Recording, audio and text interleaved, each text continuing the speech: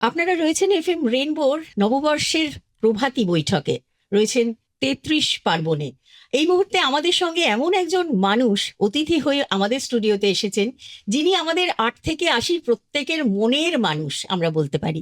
তিনি আর কেউ নন, তিনি একেন বাবু, যার পোশাকই নাম অনির্বাণ চক্রবর্তী। আপনাকে ধন্যবাদ এতটা সময় আমাদের দেওয়ার জন্য, এবং স্বাগত জানাই। আপনাদেরকেও ধন্যবাদ জানাচ্ছি এবং তার সঙ্গে সঙ্গে নতুন বছরের শুভেচ্ছা সমস্ত শ্রোতা এবং দর্শকদের। আর আপনি যেভাবে আমার পরিচয় দিলেন, এটা অস্বীকার করার কোনো জায়গা নেই যে একেনবাবু চরিত্রটা আমার পরিচয়ের একটা এক্সটেনশন হয়ে গেছে। সবাই খুবই পছন্দ করেন, অনেকে একেনবাবু বলে ডাকেনও। আমি সেগুলোতে খুশিই হই, কারণ আমি মনে করি যে সেটা আমার প্রতি, মানে একেনবাবুর প্রতি ভালোবাসা, এবং একেনবাবুর মাধ্যমে সেই ভালোবাসার খানিকটা আবার আমার কাছেও এসে পৌঁছায়। তবে আমি আমার পরিচয় অনির্বাণ চক্রবর্তী হিসেবেই পছন্দ করি। একেনবাবুটা আমার পোশাক বলে মনে করি, কিন্তু যে নামে ডাকবেন আমার তাতে কোনো আপত্তি নেই। আদরটা আসল, হ্যাঁ, শ্রদ্ধা আসল। এবং বিশেষ করে এই যে বেগের দুনিয়ায় আজকের দিনে বসে আমরা আবেগের কথা বেশি করে বলবো। কারণ ছবি বলুন, গান বলুন, সিনেমা বলুন, আমরা যে কোনো ক্রিয়েটিভ ফর্মে যখন কথা বলতে বসি সেখানে আবেগটা বেশি করে আসে, তাই তো? ঠিক। ইমোশন বাদ দিলে, আবেগ বাদ দিলে তারপরে তো আর শিল্পকর্মের মধ্যে থাকে কি? খুব মেকানিক্যাল ওয়েতে তো অন্য অনেক কিছু করা যায়। আমি একটা আমার রোজকার একটা কাজ আমি করে দিতে পারি আবেগের থেকে বেরিয়ে এসে। যেটা আমায় করতে হবে, এটা আমার একটা কাজ, আমি করছি। কিন্তু যে কোনো ধরনের শিল্পকর্ম, সেটা শুধু অভিনয় বলে না, তার মধ্যে আবেগটা একটা বড় অংশ। আবেগের কথা যখন উঠছে, এখানে আমার মনে পড়ছে একটি কথা, আমি আপনার কাছে সেটা জানতে চাই। সেটা হচ্ছে, বছরে একটি সময় আমরা না খুব আবেগপ্রবণ হয়ে পড়ি। বিশেষ করে যখন এই নববর্ষের সময়টা আসে, তখন আমাদের ভেতরের যে অ্যাকচুয়াল বাঙালিয়ানা, সেটা কোথাও যেন প্রকাশ পাওয়ার চেষ্টা করে। তখন মনে হয় যে না, একটু শাড়ি পরি, একটু ট্রেডিশনাল ওয়েতে আমরা সাজি, বা ছেলেরা ধুতি পাঞ্জাবি অফকোর্স পরেন। এবং ছোটবেলায় আমরা যখন দেখতাম আমার দিদা ঠাকুমা হাতে না পায়েস রান্না করতেন, বিভিন্ন পিঠে পুলিও হতো, এটা একটা রিচুয়াল ছিল আমাদের ঠাকুর ঘরের। তো মিষ্টিও তৈরি হতো, তো যেটা আমরা পরবর্তী জেনারেশন একদিনের জন্য হলেও চেষ্টা করি এটাকে একটু মেনটেন করার। তা আপনার কি মনে হয়, এই আবেগটা কি শুধু একদিন থাকাটাই যথেষ্ট, নাকি না বাঙালি হিসেবে আবেগটা সর্বক্ষণ আমাদের ভেতরে থাকতে হয়? হ্যাঁ, এটা একদম ঠিক কথা, এবং আমি কিন্তু মনে প্রাণে বাঙালি এবং খুব গর্বিত বাঙালি। কিন্তু বাঙালির মধ্যে বরাবর সাহিত্য চর্চা, তাদের সংস্কৃতি মনস্ক যে ইমেজ আছে, সেটা কিন্তু সবাই পছন্দ করেন, বা এটা বাঙালিদের একটা পরিচয়। তো সেই হিসেবে একটা কথা বলা যেতে পারে যে আন্তর্জাতিক বা একটা গ্লোবাল একটা কালচারের পার্ট হওয়া, তার সাথে কিন্তু বাঙালি হয়ে থাকার কোনো ক্ল্যাশ নেই। আদ্যোপান্ত বাঙালি হয়েও কিন্তু সেটা হওয়া যায়। তাতে আমাদের যে ইন্টারন্যাশনাল যে এক্সপোজার, সেটা সব কিছুতে, সেটা সাহিত্য, চলচ্চিত্র, সঙ্গীত, আমাদের সমাজ নিয়ে আমাদের ভাবনা, তার কোনো কিছুতেই আটকায় না।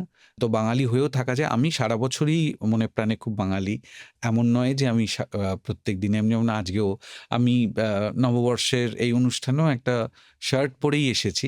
রোজ এমন নয় যে আমি পাঞ্জাবি ধুতি পরে বেরোচ্ছি কাজের জন্যে। তো আমাদের সকলকেই একটা খুব যেটা ইজি এরকম পোশাক পরতে হয়। কিন্তু আমি আবার তার সাথে, যেমন খাবার ব্যাপারে, একেনবাবু হিসেবে আমার একটা ইমেজ আছে, কিন্তু সেইটার সাথে আমার অনির্বাণ চক্রবর্তীর কোনো মিল নেই। কিন্তু আমি স্বল্পাহারী হলেও আমি যে খাবার পছন্দ করি, তার মধ্যে সবচেয়ে পছন্দ হচ্ছে বাঙালি এবং বাড়ির খাবার। তো সেই সত্ত্বেও সেইটা করাতে কিন্তু এমন নয় যে আমি নিজেকে আটকে রেখেছি একটা ছোট গণ্ডির মধ্যে। সেইটা আমার মনে হয় বোধহয় সত্যি সবার জন্যই। তবে একদিনের কোনো আমরা তো অনেক এরকম দিন আলাদা করে এখন উদযাপন করি। নববর্ষ যেমন নববর্ষ, পয়লা বৈশাখ মানে নববর্ষ, এটা আমাদের তৈরি করা না। আমাদের তৈরি করা অনেক দিন আছে। সেই দিনগুলো আমরা সেলিব্রেট করি এই ডে ওই ডে বলে। সেগুলো জাস্ট একটা মনে করিয়ে দেওয়া, আমার মনে হয় যে এই একটা দিন আছে বা এই একটা ব্যাপার আছে যেটাকে উদযাপন করা দরকার। তার মানে এমন না যে সেটা ওই একটা দিনের মধ্যেই সীমাবদ্ধ। আপনি বললেন তাতে আমার মনে পড়ল যে হ্যাঁ, নববর্ষে যখন ছোট ছিলাম, এখন তো সমস্ত কিছু উদযাপন অনেক কমে গেছে আমাদের হ্যাঁ, জীবনে। ঠিক। হ্যাঁ, আগে সত্যি সেগুলো হতো খুব, এবং খুব ছোট, ছোট জিনিসে আমি যখন ছোট ছিলাম বা আমার বড় হওয়ার সময়টা, তখন খুব ছোট, ছোট জিনিসে খুব আনন্দ পেতাম। আমার তো মনে আছে যে পয়লা বৈশাখে মানে নববর্ষে মানে আমি যেভাবে মানুষ হয়েছি, যেরকম পরিবেশে, তাতে আমাদের নববর্ষে কিন্তু নতুন জামা দেওয়া হতো না। আমরা বা নববর্ষে আমরা স্যান্ডো গেঞ্জি পেতাম। আর নতুন জামা পেতাম হচ্ছে পুজোর সময়। কিন্তু ওইটা যে কিছু পাওয়ার জায়গায় একটু কম রইলো, মানে জামা পেলে সত্যি বড় আনন্দ হতো, বেশি আনন্দ হতো। স্যান্ডো গেঞ্জিতে কম আনন্দ হয়েছে এমন কিন্তু না। হ্যাঁ, ওগুলো ভাগ করা ছিল যে কখন কোনটা পাবো। সেই রকমই বাড়িতে রান্না হতো। বাঙালি রান্না তো এমনিতেই হতো। আমাদের বাড়িতে বিদেশি রান্নার খুব একটা চল ছিল না। খুব কম হতো। তো বাঙালি রান্নাই বেশি হতো। বিশেষ কোনো পদ হয়তো হতো। যেটা বললেন পায়েসের কথা, সেইটা হতো। এইরকম হ্যাঁ, ছোটবেলার অনেক স্মৃতি রয়েছে। এখন উদযাপন বলতে বেশিটাই ছোটবেলার স্মৃতিই ফিরে আসে। সেটা নতুন বছর হোক, পুজো হোক বা অন্য কোনো অকেশন। আমার খুব মনে হচ্ছে যে এই যে খাওয়ারের কথায় আপনার মুখটা কেমন জ্বলজ্বল করছে।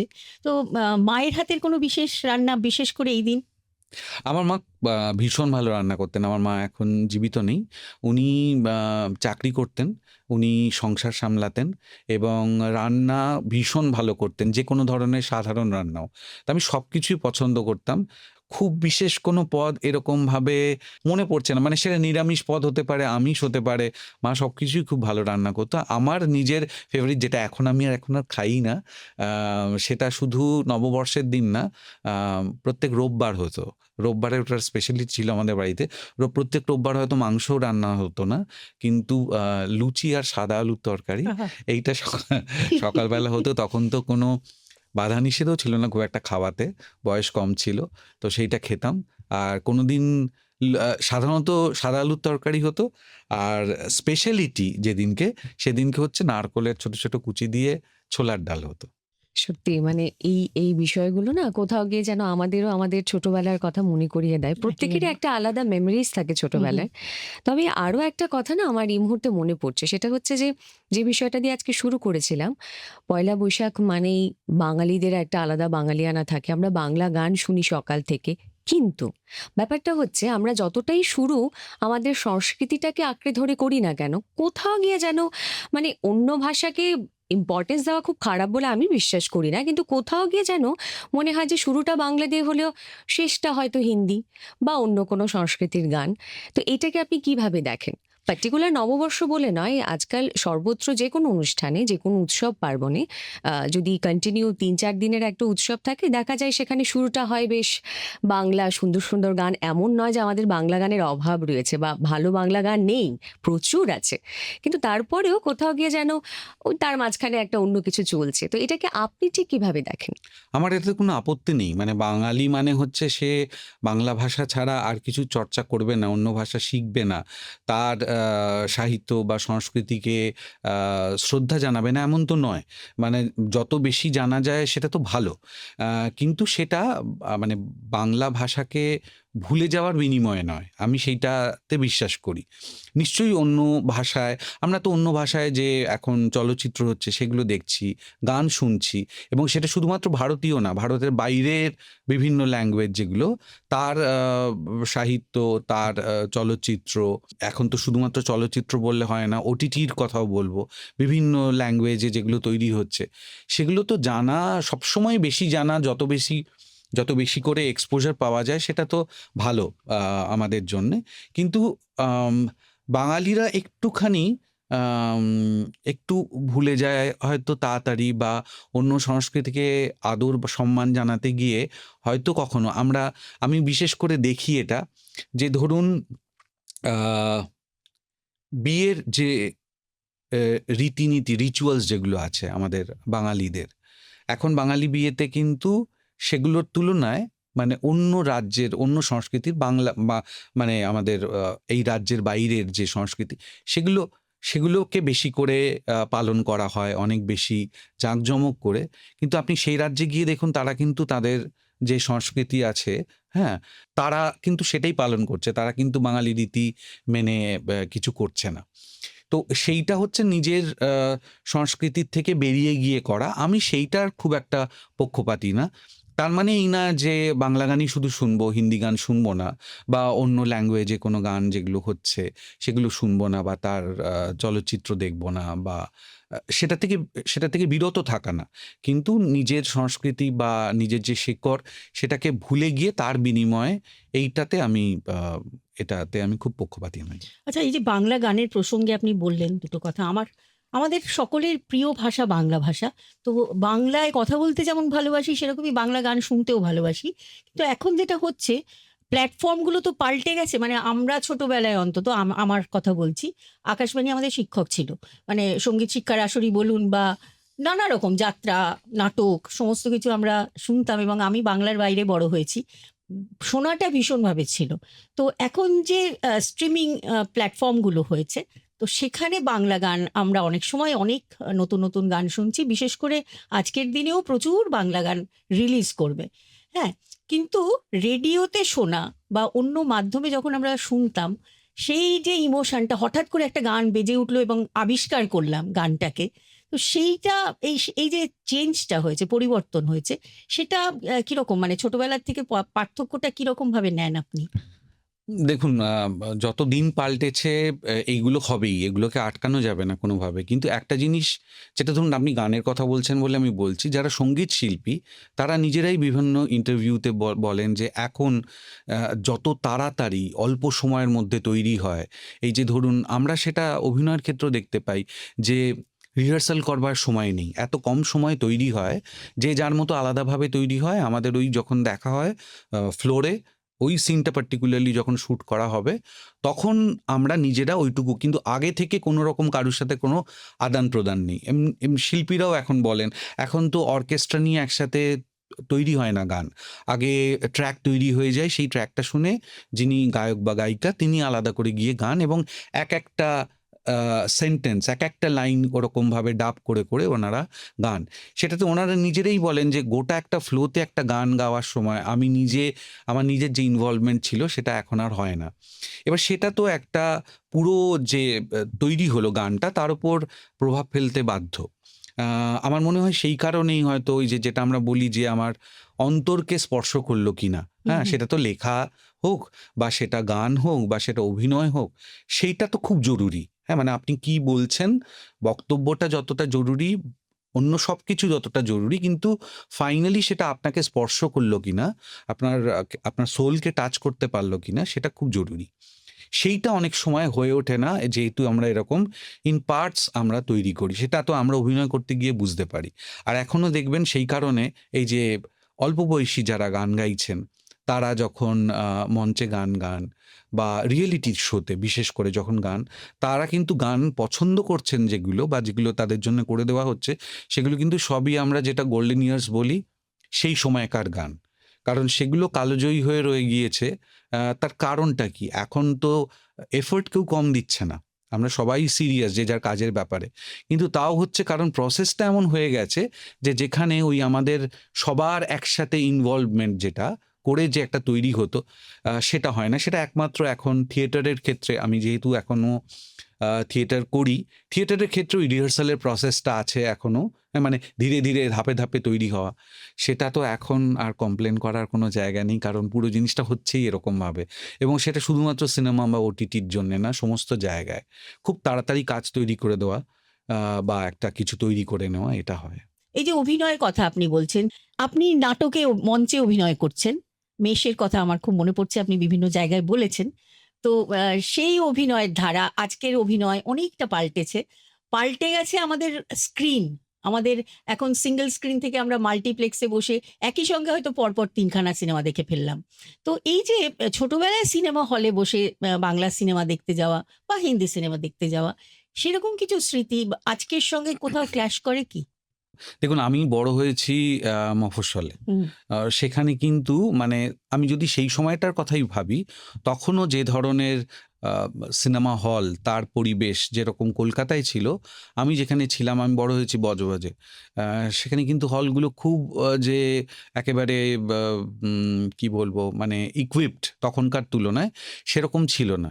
কিন্তু ডিফারেন্সটা এটাই, তখন কিন্তু আমার ওই বজবজের মতো মফস্বলের জায়গাতেও ৩ খানা সিনেমা হল ছিল, যার একটাও এখন নেই। হুম। ৩টেই বন্ধ হয়ে গেছে।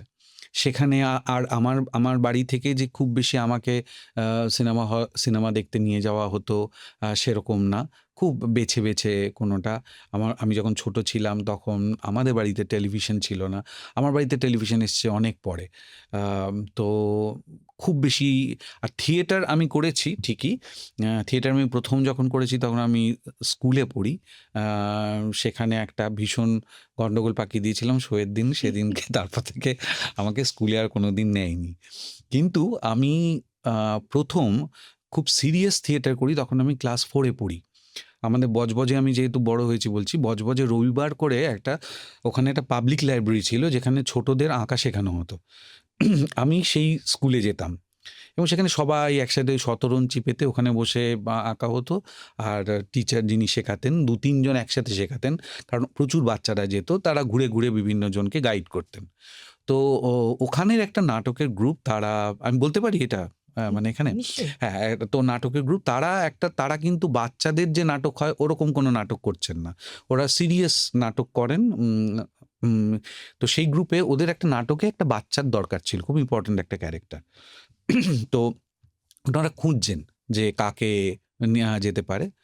তো ও জানে যে যেহেতু ওই স্কুলে প্রচুর বাচ্চারা আসে রোববার সকালে, ওরা ওখানে খুঁজতে এসেছেন। এসে বলেছেন যে, "তোমাদের মধ্যে কে, কে ও ও নাটক করেছো বা অভিনয় করতে পারো?"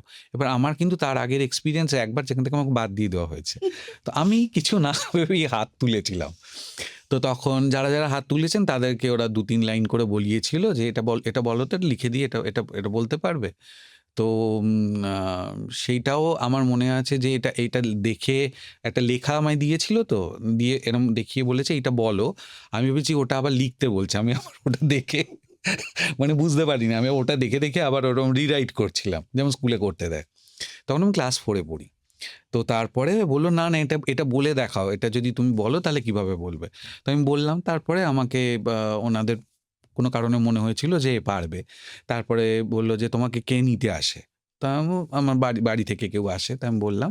তো তখন বাড়ি থেকে যে এসেছিল বাবা বা মা, আমার ঠিক মনে নেই। তার সাথে কথা বললেন যে, "এরম যদিও করতে চায়, আপনাদের কি আপত্তি আছে?" এবার আমার বাড়িতে একটা সুবিধা ছিল। আমার বাড়িতে কিন্তু এসবের পরিবেশ ছিল না। মানে বাবা-মা দুজনেই চাকরি করেন এবং আমার চারপাশে আমার পাড়ায় যারা থাকেন বা আমার রিলেটিভ যারা, তাদের সবাইকেই আমি যেটা দেখেছি সেটা হচ্ছে সবাই পড়াশুনো করে, তারপরে চাকরি করে। আমি জানতাম এটাই হচ্ছে জীবন।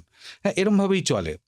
এবার আমি কাউকে দেখিনি, কিন্তু আমার বাড়িতে কেউ না করলেও আমার বাড়িতে কখনো কোনো কিছুর জন্যে কখনো আপত্তি করেননি। যে না, এইটা করতে গেলে, যেমন অনেক জায়গায় শুনি যে হয় যে এটা করলে তো পড়াশোনার ব্যাঘাত ঘটবে, না এখন না, পরে, এইসব। যেটা করতে চেয়েছি সবসময় করতে দিয়েছে। তা হ্যাঁ, বলেছে, "হ্যাঁ, ওর যদি ভালো লাগে ও গিয়ে দেখুক, ওর যদি ভালো লাগে তাহলে ও করবে।" তারপর আমি গেলাম। তো সেইটা একটা নতুন জগৎ, ওইটা আমার খুব ভালো লেগেছিল। ওই করে শুরু করলাম। তো এনিওয়ে, একটা খুব অন্য ছোটবেলার কথা বলছি, যেটা হচ্ছে যে চেঞ্জ হয়ে গেছে সেটা তো এখন দেখতেই পাই আমাদের বা কিন্তু তার সাথে, সাথে আমরা কতটা তখন ধরুন টেকনিক্যালি অতটা উন্নত ছিল না আমাদের সিনেমা, বা আমরা থিয়েটারেও এত রকম টেকনিক এখন যেগুলো আমরা ইউজ করি সেগুলো করতে পারতাম না, সীমিত ছিল। কিন্তু তার মধ্যেও যে ওই যে আমি আবার বারবার ওই কথাটাই বলছি যে আন্তরিকতাটা ছিল, সেইটা এখন অনেক কমে গেছে। ভালো কাজও নিশ্চয়ই হচ্ছে। আর এই মাল্টিপ্লেক্সে ছবি দেখার অভিজ্ঞতা এখন তো বাধ্য হয়ে যেতেই হয়। কারণ তাছাড়া আমরা যেখানে থাকি খুব একটা আর সিঙ্গল স্ক্রিন নেই প্রায়।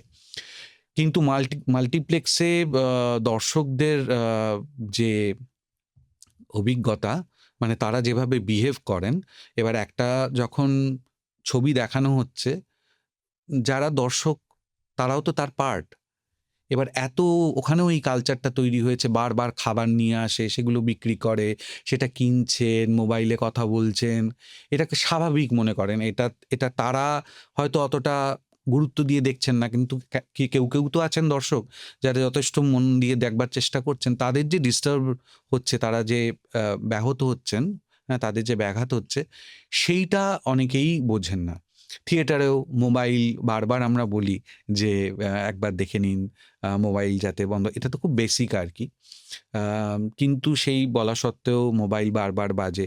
এবার যেকোনো শুধু না অভিনয় বলে না, যেকোনো যে লাইভ পারফরম্যান্স হচ্ছে তাদের সমস্ত রকম ডিস্ট্রাকশন থেকে বাঁচিয়ে নিজেকে ওই পারফরম্যান্সটা করতে হয়। এবার কেউ হয়তো কথা বলছেন না, তার আমি মঞ্চ থেকে দেখতে পাচ্ছি তার বারবার মোবাইল বাজছে, আলো জ্বলছে একটা, সেটাও তো এক ধরনের ডিস্ট্রাকশন। তো সেইগুলো আমাদের যথেষ্ট সবাইকে, মানে আমি নিজেকে দর্শক হিসেবেও বলছি যে আমাদের সেই শিক্ষাটারও খুব দরকার আছে। এবং এই বোধগুলো আগে আগে তো ধরুন একটা কথা কেউ তর্কের খাতিরে বলতে পারে, তখন তো মোবাইলই ছিল না, তাই বাজেনি।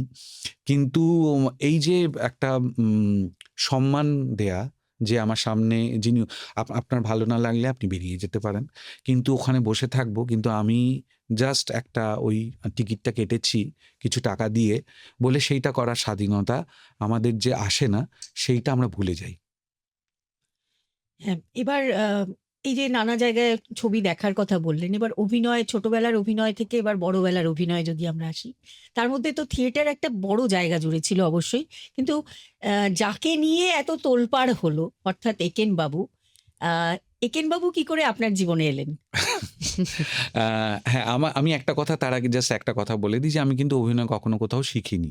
মানে আমি মানে এক তো থিয়েটার নিয়ে আমি পড়াশোনা করিনি। আমার পড়াশোনা এবং আমার আগের যে চাকরির জীবন সেটা একেবারেই অন্যরকম। আম তো আমি তারপরে অভিনয় করতাম হচ্ছে শখে। আমার ভালো লাগতো তাই। সেটা খুবই ভালো লাগতো। এতই ভালো লাগতো মাঝে, মাঝে মনে হতো চাকরি ছেড়ে দিই। কিন্তু যেহেতু আমি চারপাশে কাউকে এরকম দেখছি না, ওই সাহসটা আমার হতো না। তারপরে অনেক আ অভিনয়ের রিকোয়েস্ট আসতো। মানে আমি থিয়েটারই করতাম। থিয়েটারের যে বড়, বড় পরিচালক যারা আছেন কলকাতায়, তারা বিভিন্ন সময় আমাকে ইনভাইট করেছেন তাদের সাথে অভিনয় করবার জন্যে। কিন্তু আমি চাকরির জন্যে আমি সেটা করতে পারতাম না। তারপরে তো একটা সময় আমি ছেড়ে দিলাম চাকরি। তখন এটাই করতে শুরু করলাম। যাই হোক, এবার যখন ছেড়ে দিলাম ২০১৭ তে, তখন কিন্তু আমি চলচ্চিত্র জগতের কাউকে চিনি না। চলচ্চিত্র জগতের কেউ আমাকে চেনে না। ওটিটি তখন কলকাতাতেই খুব নতুন। আমি কিন্তু ছেড়ে দিয়েছিলাম আমি থিয়েটার করব বলে। মানে আমি চাকরি ছেড়ে দিয়েছিলাম, এবার ফুল টাইম থিয়েটার করব। তো ২০১৭ থেকে ২০১৮ এই সময়টা কিন্তু আমি থিয়েটারই করেছি শুধু। এবং সেটা খুব জেনে শুনে একটা ঝুঁকির মধ্যে মানে ঝাঁপ দিয়েছি যে কি জানি কি হবে। কিন্তু তার আগে ১৪ বছর আমার চাকরি জীবন। সেটাতে একটা যেটা থাকে যে একটা মানুষ তাতে অভ্যস্ত হয়ে যায় যে মাস গেলে আমি একটা মাইনে পাবো। একটা স্থিতিশীল অবস্থা আছে জীবনে। সেটার থেকে একেবারে অনিশ্চয়তার মধ্যে ঝাঁপ দেয়া করেছিলাম কিছু না ভেবেই সেরকম। তো যাই হোক, ২০১৮ তে একেনবাবুর ১ম সিজন হয়। আমার কাছে একটা ফোন আসে। বলে যে আমরা ওটিটিতে একটা নতুন শো চালু করব। সেই শোয়ের প্রধান চরিত্রের জন্যে তোমাকে আমরা ভাবছি। তুমি একবার এসে আমাদের অফিসে দেখা করো। আমি কিন্তু কিছু জিজ্ঞেস করিনি যে কি চরিত্র কি, কারণ আমাকে তখন কেউ চেনে না। একজন অপরিচিত কারুর কাছে এরকম একটা অফার আসা যে আপনাকে প্রধান চরিত্র হিসেবে ভাবছি। ওনারা কিন্তু আমাকে দেখেছিলেন থিয়েটারের মাধ্যমে, কারণ তার আগে আমি কোনো উল্লেখযোগ্য কাজ সিনেমাতে বা টেলিভিশনে কখনো করিনি। টুকটাক করেছি, সেগুলো কারুর চোখে পড়ার কথা না। খুব ছোট্ট, ছোট্ট চরিত্র, বন্ধুরা কখনো বলেছে হয়তো করেছিলাম। তো সেই হিসেবে আমার কাছে আসে, আমি যাই, আমাকে একটা স্ক্রিপ্ট দেওয়া হয়, ওটা পড়লাম। তারপরে আমাকে বললেন পরে জানাবো। আমি এই কথাটা শুনেছিলাম যে পরে জানাবো বলা মানে হচ্ছে যে তোমাকে নেওয়া হবে না। সেটা মুখের উপর না বলে পরে জানাবো বলা হয়। তা আমাকে ওটা বলা হয়েছিল পরে জানাবো। আমি বলছিলাম হয়নি, কিন্তু সেটা সত্যিই ওনারা বলেছিলেন পরে জানাবো। সেটা পরে বুঝলাম। তা আমাকে ২-৩ দিন বাদেই ফোন করলেন, বললেন যে আমরা ঠিক করেছি তুমিই করবে। এরপর বাকি যে প্রসেস হয় সেগুলো আমি তখন জানতাম না, যে এই লুক সেট করতে হয়, তারপর স্ক্রিপ্ট রিডিং হয়। মানে ওই জগৎটা আমার একদম অচেনা ছিল। তো এই করে শুরু করলাম ২০১৮ তে। আরও একটা ইম্পর্ট্যান্ট ক্যারেক্টারের কথা মনে পড়ে যাচ্ছে এই মুহূর্তে, জটায়ু। বাঙালির তো আবেগ। তো আপনি যখন জটায়ুর চরিত্রে অভিনয় করার অফারটা পান এবং অভিনয়টি করেন, ঠিক সেই সময় কি সন্তোষ দত্তকে কোথাও মাথায় রেখেছিলেন? মানে উনি তো একটা মাইল ফলক সেট ঠিক, করে ঠিক, ঠিক, গিয়েছিলেন, তাই ঠিক, না? ঠিক। মানে জটায়ু বলতে তো আমাদের ছোট থেকে ওটাই দেখা, মানে ওটাই তো মাথায় ঘুরছে, ওনাকেই ঘুরছে। তো এবার আপনি যখন সেই কাজটা করছিলেন নিশ্চয়ই চ্যালেঞ্জেস ছিল আপনার সামনেও। তো আপনি সেটাকে ঠিক কিভাবে দেখেছিলেন, কিভাবে করেছিলেন? এখানে একটা মজার কথা বলি, একেনবাবু গল্পে যেরমভাবে একেনবাবুকে বলা আছে তার সাথে কিন্তু আমি একেনবাবু যে পড়ি তার করি যখন, তখন যে গেট আপ তার কিন্তু কোনো মিল নেই, এবং আমার চেহারার সাথেও কোনো মিল নেই।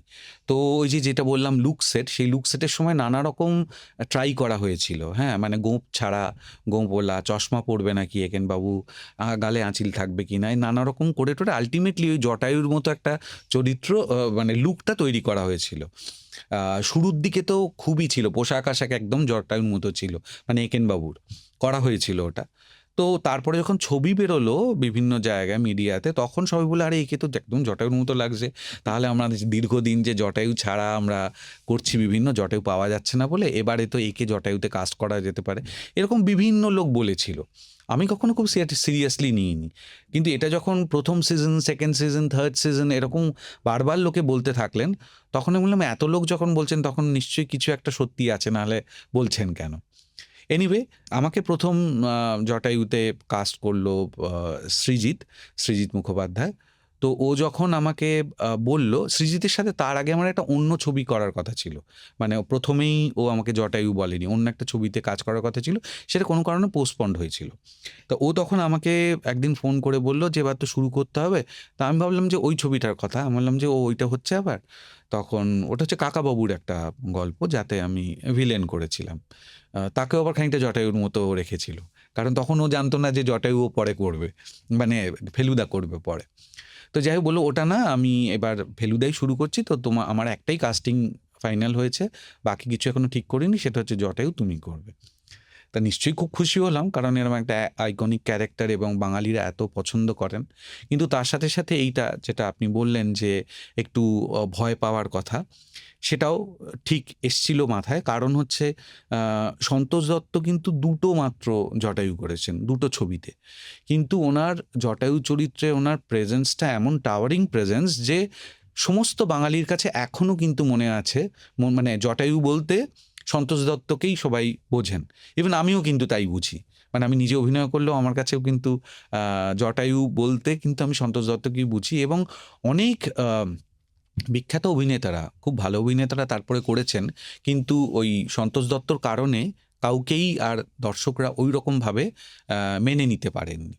তো আমার কাছে যখন এই প্রস্তাবটা এলো, তখন আমি ভাবলাম যে এইটা নিয়ে আমি যদি খুব বেশি ভাবি, তাহলে কিন্তু সেটা এমন মাথায় আমার চাপ তৈরি করবে যে যেটা আমি আর করতেই পারবো না।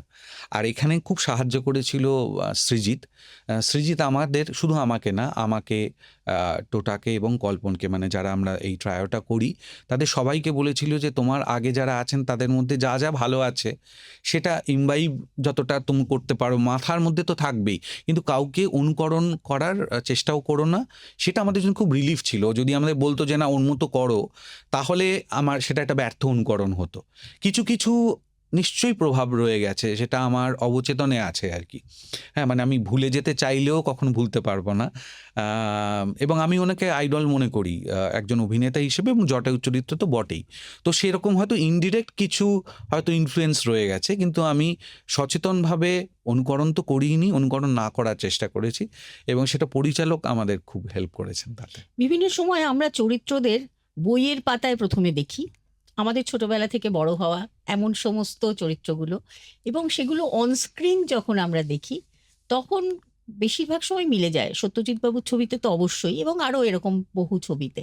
তো অনেকের ক্ষেত্রে ইদানিং শুনছি, বিশেষ করে আমাদের জেনারেশন, পরের জেনারেশন যারা যারা বই একটু হয়তো কম পড়ে, তারা অডিও স্টোরি শোনে বেশি, তাদের কাছে শুনেছি যে আপনি একেনবাবু করলেন বলেই সুজন দাশগুপ্তের বইগুলোর বিক্রি বেড়েছে। আপনি কিভাবে দেখেন বিষয়টা? এইটা খুব মজার। সুজনদা যখন বেঁচে ছিলেন, সুজনদার সাথে এই নিয়ে অনেক কথা হয়েছে। সুজনদা খুব, মানে বিরাট মনের একজন মানুষ, মানে ভীষণ মজা করতে পারতেন, খুব আধুনিক। এবং অনেকেই কিন্তু ওনাকে এই কথা বলেছে, মানে ওনাকে তো বলেছে যেদিক দিয়েই হোক আমার তৈরি করা একটা চরিত্র, সে যদি জনপ্রিয় হয় আমি তাতেই খুশি। হুম। এবং যখন সত্যি কথা ওনার গল্পগুলো নিয়ে যখন আমরা এই ধরুন ওয়েব সিরিজ এবং ফিল্ম যখন করেছি, তো যেহেতু দুটো আলাদা মাধ্যম, একটা হচ্ছে সাহিত্য আর একটা হচ্ছে আপনার মানে অডিও ভিজুয়াল, অনেক তো চেঞ্জ করতে হয়, সেটা করতেই হয়। কারণ পড়ে যেটা মনে হয় দেখতে গিয়ে হয়তো কিছু অ্যাড করতে হয়, কিছু বাদ দিতে হয়। সেইগুলো যখন ওনার কাছে সাজেশন নেওয়া হতো বা দেওয়া হতো, উনি কিন্তু খুব মানে গোঁড়া ছিলেন না যে না আমি এটা লিখেছি মানে এটাই করতে হবে। ওটা যদি বেটার হয় ভিজুয়াল মিডিয়ামের জন্যে, তাহলে সেটা করতে উনি সবসময় উৎসাহ দিতেন। এবং উনি এই কথাটা ওনাকে অনেকে বলেছে যে আপনার বই তো কজন পড়তো, এখন তো একেনবাবুকে চেনে। উনি কিন্তু তাতে একদমই রাগ করতেন না, উনি খুব খুশি হতেন। এবং উনি আমাকে একটা কথা একবার বলে, উনি তো আমেরিকাতে থাকতেন, মাঝে মাঝে কলকাতায় আসতেন। উনি একটা কথা আমি বলেছেন, সেটা আমার চিরজীবন মনে থাকবে। সেটা হচ্ছে উনি তো মানে যখন একেনবাবু 2018-তে প্রথম হলো ওয়েব সিরিজ হিসেবে, তারপরেও উনি একেনবাবুর গল্প কিন্তু লিখেছেন। হ্যাঁ, ওনার 6টা খণ্ড আছে একেনবাবু নিয়ে, অনেক গল্প লেখা, এবং উনি পরের দিকের গল্প কিন্তু তখনও লিখছেন। এবার আমাকে একদিন ফোন করে বললেন যে অনির্বাণ, তুমি একটা গন্ডগোল পাকিয়েছো আমার জন্যে, আমার খুব মুশকিল হচ্ছে। তা আমি ভাবলাম যে কি, হয়তো অভিনয় কোনোটা পছন্দ হয়নি বা কিছু একটা। তা আমি বললাম যে কি? বলল যে একেনবাবু এখন লিখতে গেলে আমার তোমার চেহারাটাই মনে পড়ে। মানে আমি নিজে যখন প্রথম লিখেছিলাম, অ্যাকচুয়ালি একেনবাবুর তো লেখা আছে একেনবাবু খুব রোগা একটা মানুষ, হুম। এবং তার মাথায় ঝাঁকড়া ঝাঁকড়া চুল, প্রচ্ছদেও তাই ওই রকম চেহারাই দেয়া আছে ওনার যে বইগুলো এখনো। তো বলছে এখন কিন্তু লিখতে গেলে আমি ওই আমার তৈরি করা প্রথম চেহারাটা দেখতে পাই না, আমার লিখতে গেলে তোমার চেহারাটাই আসে, মনে হয় তুমি কি করছো, তোমার বিহেভিয়ার কিরকম, সেই রকম ভাবে আমি ইনফ্লুয়েন্সড হয়ে যাচ্ছি। এটা তো বিশাল হ্যাঁ, কমপ্লিমেন্ট। এইটা খুবই বড় পাওনা ওনার কাছ থেকে। আপনি তো বিভিন্ন চরিত্রে অভিনয় করেছেন, সেটা ওটিটি হোক কিংবা সিনেমা হল। যতবার যে চরিত্রে আপনি এসেছেন আমাদের সামনে, ততবারই মনে হয়েছিল চরিত্রটা যেন আপনার জন্যে, কিংবা আপনি যেন শুধুমাত্র সেই চরিত্রটিকেই মানে বাস্তব রূপ দিতে পেরেছেন। এটা আপনাকে ছাড়া হয়তো হতো না, মানে অ্যাজ এ দর্শক হিসেবে আমাদের বারবার এটাই মনে হয়েছে। তো এই যে এত ভিন্ন ভিন্ন চরিত্রে আপনি অভিনয় করেন এবং সেই চরিত্রগুলোকে এইভাবে বাঁচিয়ে তোলেন স্ক্রিনে, সেটা আপনি পারেন কি করে? না, এটাই তো অভিনেতার কাজ। প্রথম কথা হচ্ছে একেনবাবুর চরিত্রেই শুধু বা একেনবাবুর মতো চরিত্রে শুধু অভিনয় করলে সেটা আমার নিজের জন্যে খুব বিরক্তিকর একটা ব্যাপার হতো। বারবার, বারবার একই কথা, একই চরিত্র করলে। আমি একেনবাবু আমি ১২ বার করেছি অলরেডি। আরও করার প্ল্যান আছে। এখনও যে আমি সেটাতে বিরক্ত হয়ে যাইনি বা আমার একঘেয়ে লাগছে না, তার কারণ কিন্তু এইটাই যে আমি মাঝে মাঝে অন্য প্রচুর চরিত্র করবার সুযোগ পেয়েছি। আমি নিজেকে সেই হিসেবে খুবই ভাগ্যবান মনে করছি যে আমাকে নানা ধরনের চরিত্রে প্রযোজক, পরিচালক, প্রোডাকশন হাউস তারা আমাকে অফার করছেন, এবং আমি নিজে চাই যে যত ধরনের চরিত্রে মানে হতে পারে বা যত রকম মানুষ, আসলে একটা চরিত্র করতে গেলে তো একটা নতুন মানুষকে চেনা যায়, সেটার খুব লোভ কিন্তু অভিনেতাদের সবার থাকে। তো সেখানে আমি ধূসর চরিত্র, খুবই নেগেটিভ চরিত্র, নানা ধরনের পেশার মানুষ, তাদের মানসিকতা বিভিন্ন রকম। আমি অভিনয় করতে গিয়ে, যেহেতু আমি আনট্রেন্ড একজন অভিনেতা, আনট্রেন্ড বললে এখন আবার অনেকে রেগে যায় যে আনট্রেন্ড কেন, এত বছর ধরে করছো তুমি, ওটা কি ট্রেনিং না? সেটা সত্যি কথাই, সেটা হচ্ছে একদম কাজে নেবে যে শেখা, সেটা তো হচ্ছে, সেইভাবেই শিখছি, অন্যদের দেখে শিখছি। এবার সেক্ষেত্রে আমার যেটা মনে হয়, আমি যে প্রসেসটা ফলো করি সেটা হচ্ছে একটা চরিত্র আমাকে যখন দেওয়া হয়, সেই চরিত্রটার মানসিকতা কীরকম, সে কী ধরনের মানুষ, তার ভাবনা চিন্তা কী, এইটা আমি ভাবার চেষ্টা করি। আমার লক্ষ্য থাকে যেটা, যে যতটা ওই মানুষটার সত্যের, প্রত্যেক মানুষের আলাদা আলাদা সত্যি আছে, আমার আলাদা সত্যি, আপনার আলাদা সত্যি, আপনার আলাদা সত্যি। তো ওই মানুষটার মানসিকতা এবং মস্তিষ্ক, এই দুটো বুঝে নিয়ে, হৃদয় বুঝে নিয়ে তার রিয়েলিটির যত কাছাকাছি আসা যায়, এটাই একমাত্র আমি চেষ্টা করি। আর কিছুই চেষ্টা করি না। আমার কিন্তু অভিনয় করতে গিয়ে কখনো একটা চরিত্র পেলে যে এ কীভাবে দাঁড়াবে, এ কীভাবে বসবে, এ কীভাবে কথা বলবে, এই এক্সটার্নাল ম্যানিফেস্টেশনগুলো আমার কখনো মাথায় আসে না। তো সেইভাবে করছি, নিশ্চয়ই সেটা কোনোভাবে কাজ করছে, এবং এটা যখন মানে আপনি যেমন বললেন, এরা অন্যরাও যখন বলেন, আমার খুবই ভালো লাগে এটা শুনতে, কারণ সেটাই চেষ্টা করে যাচ্ছি যে নানা ধরনের চরিত্র অভিনয় করার এবং সেগুলোকে যতটা জেনুইন করা যায়। বাংলা ছবির জগতে আসা এবং হিন্দি ছবিতেও খানিকটা আহ, বিভিন্ন পরিচালকের সঙ্গে কাজ করা, পার্শ্ব চরিত্র করা, নায়ক খলনায়ক সমস্তটাই, কিন্তু কোনোদিন কি কোনো সমালোচনার মুখে পড়তে হয়েছে? খুব বেশি না, মানে খুব বেশি সমালোচনা শুনিনি এখনো অবধি। মানে যেটুকু শুনেছি তার মধ্যে বেশিটা জুড়ে আছে অবশ্যই জটায়ু। কারণ আমার মনে হয় ফেলুদা, জটায়ু আর তোপসে এই চরিত্রে অভিনয় করে সবাইকে খুশি করা এটা খুব অসম্ভব একটা কাজ। কারণ এই চরিত্রগুলো না, মানে এক তো হচ্ছে একটা ছবি তৈরি হয়ে গেছে, আর এগুলো এত বিখ্যাত, এগুলো ঈশ্বর দর্শনের মতো। মানে আপনি ঈশ্বরকে একরকমভাবে দেখবেন, আমার কাছে হয়তো ঈশ্বরের ছবি আর এক রকম, আপনার কাছে হয়তো আর এক রকম।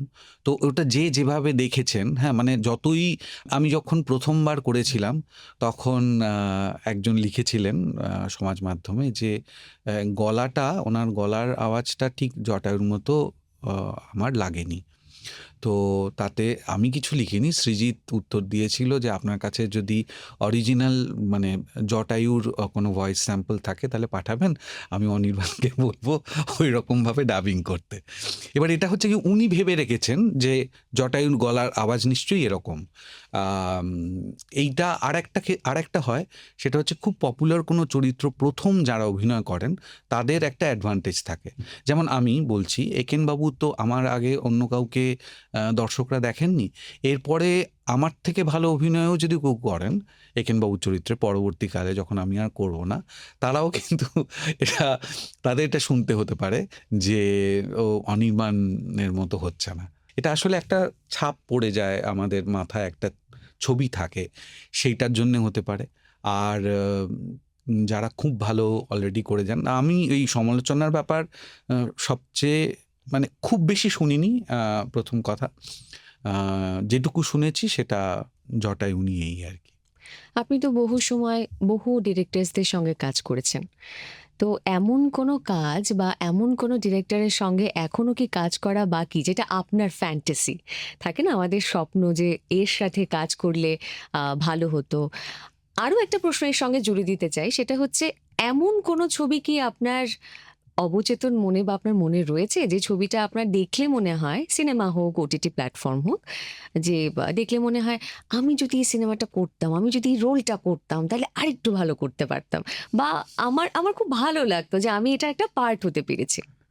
হ্যাঁ, মানে সেটা অনেকবার মনে হয়েছে যে আমার কখনো এটা মনে হয়নি যে এটা করলে আমি আরেকটু ভালো করতে পারতাম, মানে সিনেমাটা আরেকটু ভালো হতো। এটা কখনো মনে হয়নি। কিন্তু হ্যাঁ, অনেককে অনেক চরিত্রে অভিনয় করতে দেখে আমার মনে হয়েছে যে এইরকম কোনো একটা চরিত্র, হ্যাঁ? মানে বিশেষ করে যেটা হয় আমাদের ছবিতে অনেক সময় হয় যে ছবিগুলো কোনো খুব মানে চরিত্রগুলোকে অনেক সময় খুব একমাত্রিক রাখা হয়। মানে ভালো মানে সে ভালো, তাকে কোনো মানে কোনো খারাপ কিছু স্পর্শ করেনি, আবার যে খারাপ সে খুব খারাপ। তো আসলে তো মানুষরা এরকম হয় না, ভালো খারাপ মিশেই হয়। অনেক এরকম মাল্টিলেয়ার চরিত্র বিভিন্ন সময়, শুধু বাংলা ছবি বলে না, বিভিন্ন জায়গায় দেখে মনে হয়েছে যে আমি যদি কোনো দিন এরকম একটা করার সুযোগ পাই, সেটা মনে হয়েছে। কিন্তু দেখে মনে হয়েছে যে আমি পেলে এর থেকে ভালো করতে পারতাম, সেটা কখনো মনে হয় না। আর পরিচালকদের সাথে অনেকের সাথেই, মানে বাংলায় এখন যারা কাজ করছেন তাদের অনেকের সাথেই আমি বেশিরভাগ পরিচালকদের সাথে আমি কাজ করেছি, এবং আমার এটাও সৌভাগ্য যে অনেকেই আমাকে অনেকবার করে সুযোগ দিয়েছেন, মানে একবার কাজ করে। এবার সেটা নিশ্চয়ই তাদের মনে হয়েছে। ডিরেক্টর আর অ্যাক্টরের কোলাবোরেশনে একটা কমফর্ট তৈরি হয়, এবং কমফর্ট ছাড়াও মনে হয় ডিরেক্টরের যদি মনে হয় যে একে আমি অন্য ভাবে আরও এক্সপ্লোর করতে চাই, হ্যাঁ, সেইটা যারা যারা করেন সেটা আমার সৌভাগ্য হয়েছে অনেকের সাথেই।